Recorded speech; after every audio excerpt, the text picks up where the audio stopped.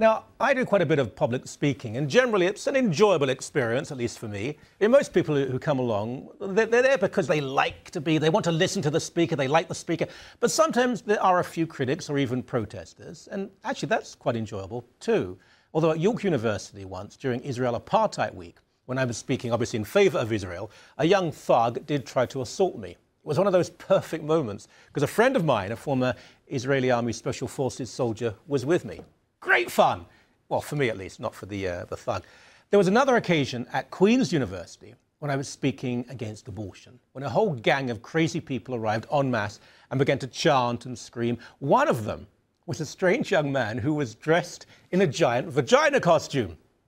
Yes, a giant vagina costume. What I couldn't help wondering the whole time was how long it took the little fellow to make the bloody thing. You know, all night long. I'm nearly finished. There's dedication for you. Anyway, there have been a few attempts to silence me, but generally we overcome. Not so former feminist Dr. Janice Fomenko, a frequent guest on this show, who was due to speak at the University of Ottawa on Friday about men's issues and what she says are the double standards of feminism. This is what happened. Okay, you know, it's the signature of a totalitarian ideology to attempt to quash dissent. So every time you interrupt, you're merely showing your repressive tendencies. You're not showing anything about your virtue. Okay, let's forget it.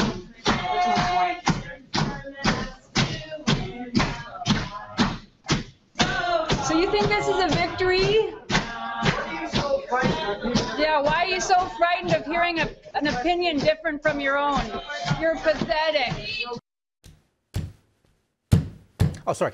You know what? I couldn't help thinking. It's a bit like those Nazi marching songs, you know, dum, dum, dum. Anyway, so there were threats, screaming, abuse, and then banging of desks and drums and chanting.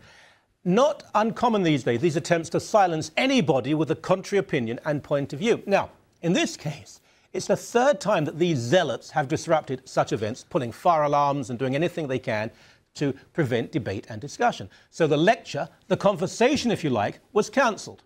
Now, Janice is a respected academic with tenure, obviously a woman, an expert in this field.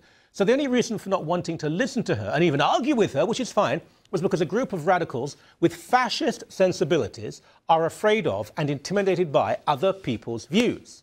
These kids are, remember, funded by your tax dollars, and they spend a lot of time at university doing very little indeed. Bugger all, I think is the term.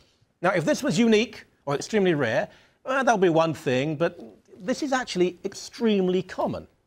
Journalist and author Christy Blatchford, who is not really particularly conservative on many issues, by the way, she was silenced by native and leftist bullies when she tried to discuss her book, a very good book. Now, in her case, people occupied the stage and chained themselves together. We don't need to hear anything to racist. No. Neo-Nazi sympathizers are not good. Welcome in Kitchener. Not welcome in Kitchener. Racists are not welcome in Waterloo. You're not welcome. The democracy. Let's have a show of hands. Racist propaganda is not intelligent discussion. Did you hear that Nazi sympathizer? Well, I missed the banging, though. Anyway, she's not alone. Israeli Jewish speakers have been silenced, banned, threatened at various Canadian universities. Pro-lifers, even MPs, have been forced to leave the stage because self-indulgent and pampered students simply don't believe in free speech. Conservatives have been attacked physically sometimes. It's deeply sad that universities where freedom of expression is supposed to be at its most poignant are often the last places genuine freedom is tolerated.